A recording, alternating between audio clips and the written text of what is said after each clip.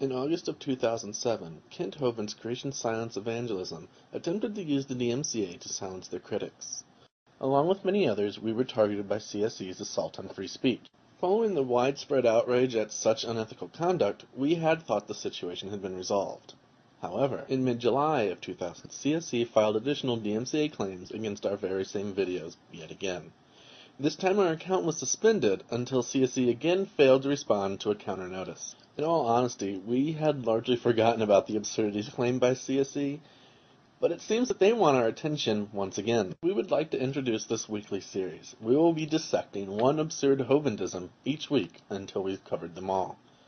This is going to take a while. CSE asked for more attention, and let it be known that we are giving it to them. Hovindism number 1, the definition of evolution. Now this word evolved is a very tricky word. It has 6 different meanings. 1. One of a set of prescribed actions, not biology. 2. A process of change in one direction, unfolding.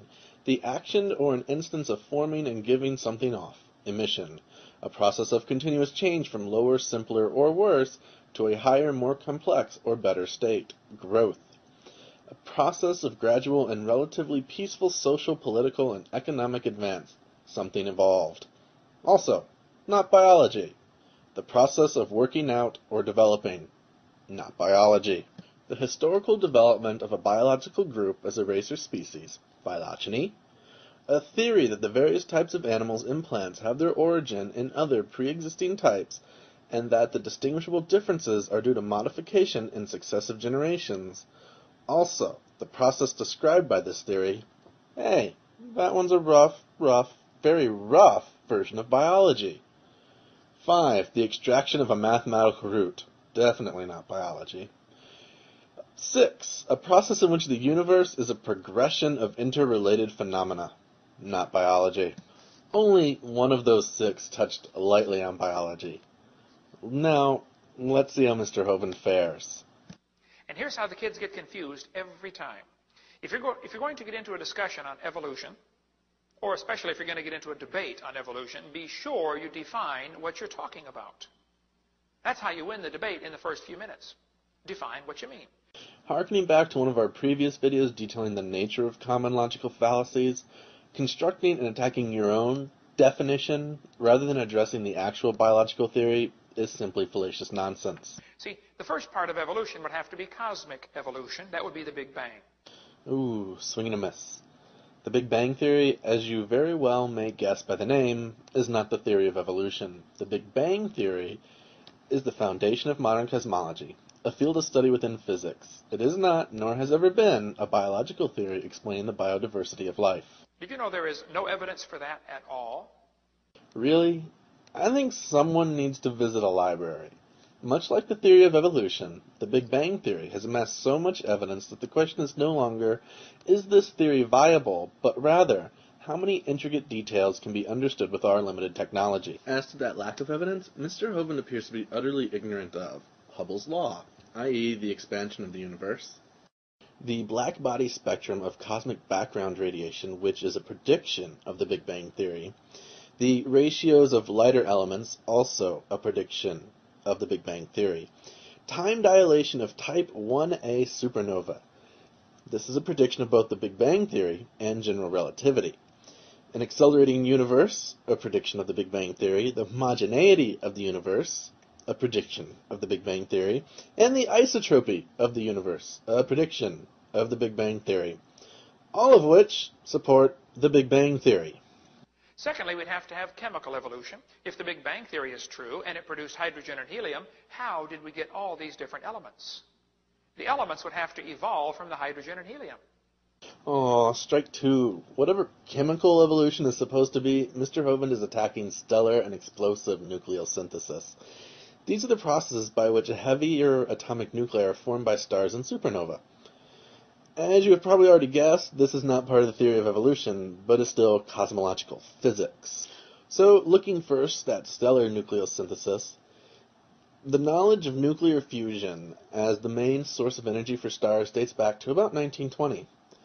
By fusing hydrogen and helium, stars form the heavy elements carbon through iron. This process continues until the star has exhausted all of its helium and hydrogen.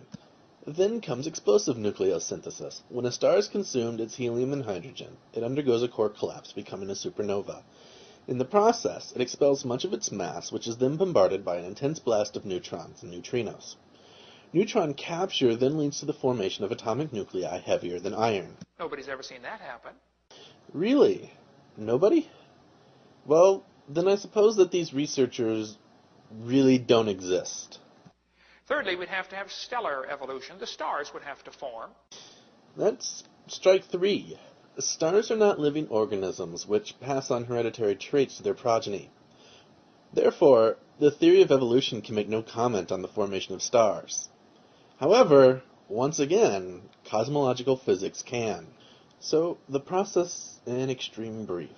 Clouds of light elements, primarily hydrogen and helium, condense into a circumstellar disk and begin to collapse under local gravitational forces. This collapse generates infrared energy, heating the core of the forming object. Continued accumulation of mass and heating ignites deuterium fusion. Continued heating and accumulation of mass then ignites hydrogen fusion in the protostar. Did you know nobody's ever seen a star forming? Is anyone else noticing a theme here?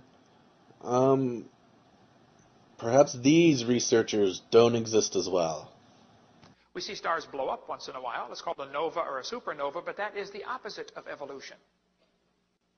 Why don't we see one forming? It's odd that Mr. Hovind would say such a thing, as he has yet to even touch biology. One professor said, "Now, Hovind, you're so stupid. We figured in the laboratory that if 20 stars explode near each other, it'll produce enough energy to make a brand new star." I said, "Well, that's brilliant. You have to lose 20 to gain 1. Remember, Mr. Hovind's original premise is that there was no evidence for star formation. When presented with evidence, Mr. Hovind quickly moved the goalposts. The collapse of stars in the supernova causes gravitational disturbances which can cause nearby nebula to rapidly collapse into protostars. This is a shortcut in the spontaneous process. It is not the sole process, as Mr. Hovind implies, with yet another strawman argument. I said, "You ought to run for Congress. You could help those guys borrow their way out of debt." This is a Hovind classic. Mr. Hovind excels at combining ad hominem attacks and non sequiturs to distract his audience from the quickly shifting goalposts. First place, nobody's ever seen this happen. It's purely theoretical. Okay, they assume it could happen, and it's never been observed. It's just purely imagination if they want to believe in that stuff. It's not science. All we see is the opposite of this, but stars would have to form. Public libraries generally are free. Utilize them. First noted by the Mayans and later officially noted in 1610, Orion's Nebula is an amazing sight to behold that renders Mr. Hovind's baseless assertion laughable. Observation from the Hubble telescope have shown over 700 stars in the process of forming within Orion's Nebula alone. Even more dramatic, observations have shown that hydrogen and helium clouds collapse under their own gravity, i.e., spontaneous star formation. As shown by the Hubble data, the formation of solar systems, stars, and planets is a fairly common occurrence in the universe. And there's enough stars out there right now that everybody on Earth can personally own 2 trillion of them to yourself. Plenty to go around. What is that fishy smell in the air? I think it's a red herring. Fourthly, we would have to have organic evolution. How did life get started from non-living material? Hey, would you look at that? Mr. Hovind at least arrives at the ballpark this time. Abiogenesis is a complementary field in biology. Evolution describes the biological processes, beginning with the population of the last common ancestor. Abiogenesis looks to explain how that first population came to be. In other words, the two fields complement each other. They are not the same. Abiogenesis simply requires the spontaneous formation of simple self-replicating systems. After that, the theory of evolution takes hold. The necessary simple organic compounds have been shown to form spontaneously under many environmental conditions. And the formation of simple self-replicating systems has likewise been shown. There is no evidence that this can happen at all. It really does appear as though Mr. Hovind has a fear of libraries and the vast wealth of knowledge they contain.